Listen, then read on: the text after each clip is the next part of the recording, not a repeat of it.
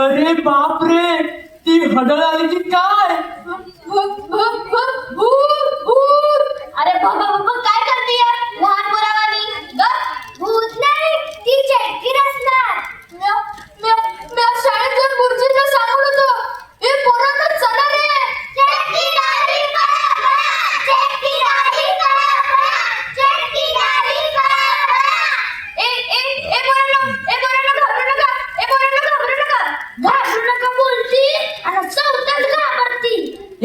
चला या माझ्या मागं, मला माहितीये मागचा जंगलाचा रस्ता. चालेल का?